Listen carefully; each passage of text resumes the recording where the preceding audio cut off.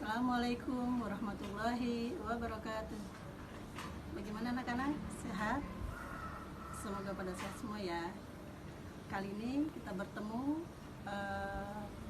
pelajaran PKF khusus bab 4. Judulnya Hubungan Internasional dan Organisasi Internasional. Oke. Seperti halnya manusia bahwa negara dan organisasi internasional juga tidak akan bisa hidup sendiri. Semua negara, semua bangsa akan memiliki manfaat yang banyak apabila menjalin hubungan dengan negara dan bangsa yang lainnya. Apa itu arti hubungan internasional? Hubungan internasional adalah hubungan antar bangsa, antar negara, dan antar organisasi baik regional maupun internasional yang akan dapat menimbulkan hukum-hukum tertentu.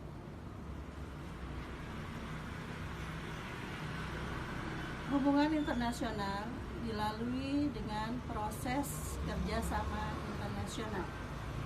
Ada 3 macam bentuk kerjasama internasional. Yang pertama, kerjasama bilateral, yaitu kerjasama antar 2 buah negara.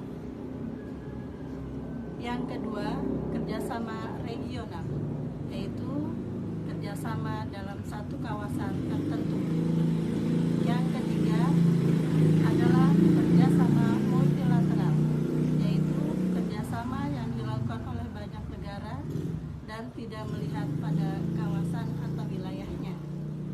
Contoh kerjasama bilateral, kerjasama antara Indonesia dengan Malaysia, Indonesia dengan Singapura, Indonesia dengan Muang Thai. Pokoknya untuk kerjasama bilateral itu adalah kerjasama antar 2 buah negara. Kemudian yang kedua, kerjasama regional. Contohnya kerjasama dalam satu kawasan tertentu, seperti kerjasama anggota-anggota negara ASEAN. Yang ketiga, kerjasama multilateral, yaitu kerjasama antar beberapa negara, tidak melihat pada kawasannya. Jadi beberapa negara dalam kawasan yang banyak, seperti berdirinya organisasi PBB atau kerjasama anggota-anggota PBB. Kita lanjut. Kerjasama di negara Indonesia dilandasi oleh landasan hukum. Yang pertama, landasan ideal Pancasila. Yang kedua, landasan konstitusional Undang-Undang Dasar 1945, khususnya alinea keempat. Yang ketiga, landasan undang-undang yang mengatur tentang hubungan kerjasama dengan negara lain, yaitu yang disebut dengan Undang-Undang Organik. Landasan pokok dari kerjasama Indonesia dengan negara lain atau landasan pokok dari setiap negara yang ingin membangun kerjasama dengan negara lain pasti dilandasi oleh politik luar negeri tertentu.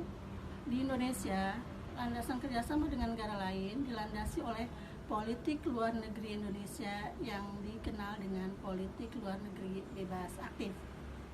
Oke, kita lanjutkan.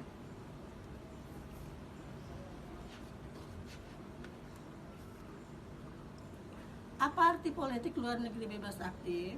Bebas artinya bahwa Indonesia bebas menjalin kerjasama dengan negara manapun yang ada di dunia, asalkan negara tersebut memiliki prinsip kepribadian yang sama dengan Indonesia, yaitu yang dilandasi oleh nilai-nilai Pancasila.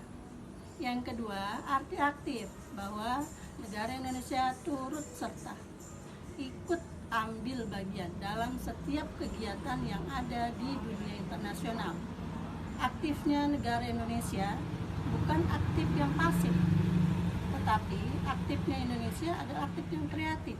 Apa itu maksudnya? Aktif yang tidak diminta, tidak disuruh, tetapi bila ada negara yang terkena musibah, bencana, atau membutuhkan negara lain, Indonesia negara Indonesia langsung membantu. Seperti misalnya pengiriman pasukan Garuda, membantu kegiatan kemanusiaan. Nah, negara Indonesia tidak pernah diminta, tetapi langsung melakukan kegiatan. Itulah yang disebut dengan aktif yang kreatif. Oke, kita lanjutkan.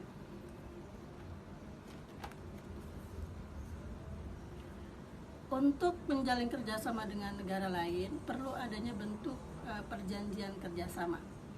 Ada beberapa tahap perjanjian kerjasama internasional yang sesuai dengan konsep Wina pasal 2 ayat 1 huruf A.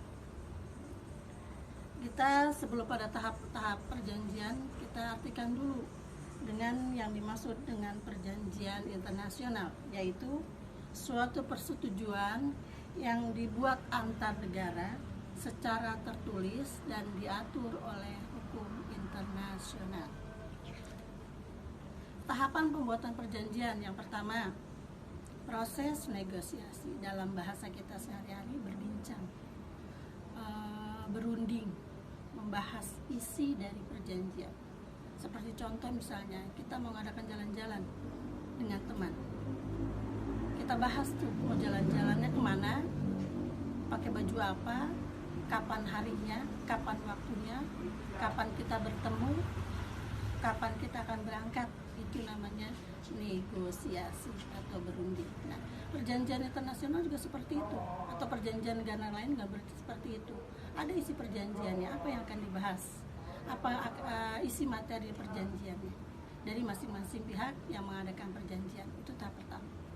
Tahap kedua yaitu penandatanganan. Bila masing-masing pihak setuju dengan isi yang telah dibuat atau hal-hal yang telah dinegosiasikan, maka para pihak menandatangani bukti bahwa mereka setuju dengan isi perjanjian tersebut. Seperti misalnya kalau di sekolah itu ada perjanjian antar siswa dengan sekolah yang melakukan pelanggaran, diisi, dibaca isinya, ditandatangani. Itu namanya penandatanganan. Itu proses yang kedua. Kita lanjut pada proses yang ketiga, yaitu yang disebut dengan pengesahan atau ratifikasi. Setelah ditandatangani oleh pihak yang melakukan perjanjian, maka perlu ada bentuk pengesahan. Kalau di sekolah itu biasa pengesahan ada bentuknya namanya stempel sekolah atau cat sekolah. Nah, perjanjian internasional atau perjanjian negara lain juga ada hal seperti itu. Ada stempel antar negara. Itulah proses atau tahapan-tahapan terakhir dalam sebuah perjanjian dengan negara lain.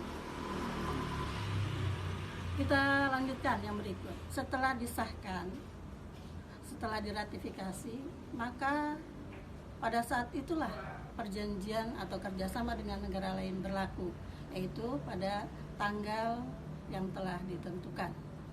Kemudian perjanjian itu juga bisa berakhir. Kapan berakhir? Salah satunya misalnya tercapai apa yang telah disepakati, tercapai apa yang telah disetujui. Saya ambil contoh yang tadi misalnya, kalau kita janjian sama teman mau jalan-jalan dan kebetulan terus kita ketemu, pada saat itu berakhirlah perjanjian itu. Kita berangkat jalan-jalan, berakhirlah perjanjian itu. Atau misalnya perjanjian itu bisa berakhir bila salah satu pihak itu punah atau mengingkari. Berjanji dengan teman berdua, ternyata yang datang cuma satu orang, yang satu lagi nggak datang, berakhir perjanjian. Atau misalnya ada hal yang ketiga berakhir perjanjian, kadaluarsa waktunya. Janji mau jalan-jalan jam 9, nggak taunya udah ditunggu jam 9, baru datang jam 10, berakhirlah perjanjian. Oke, manfaat yang terakhir, manfaat sebuah perjanjian. Perjanjian atau kerjasama dengan negara lain itu memiliki manfaat yang sangat besar.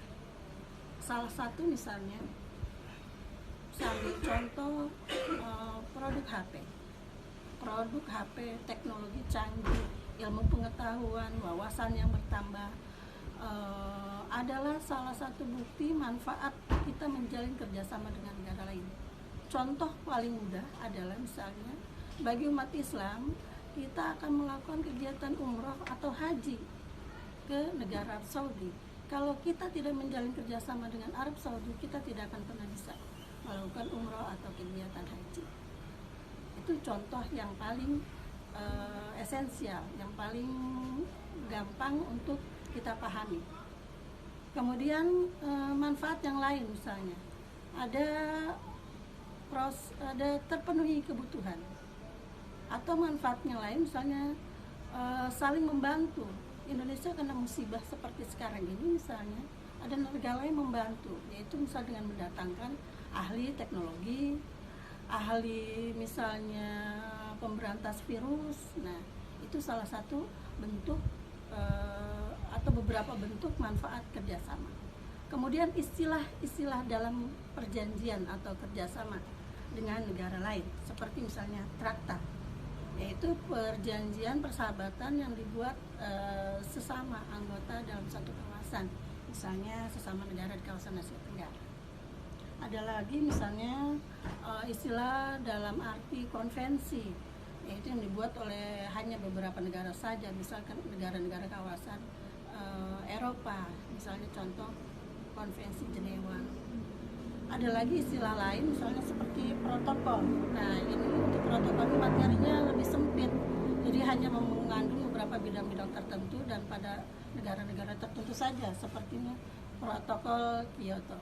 Demikian materi ringkasan bab 4 kelas 2 bidang studi PKN. Wassalamualaikum warahmatullahi wabarakatuh. Sampai ketemu lagi.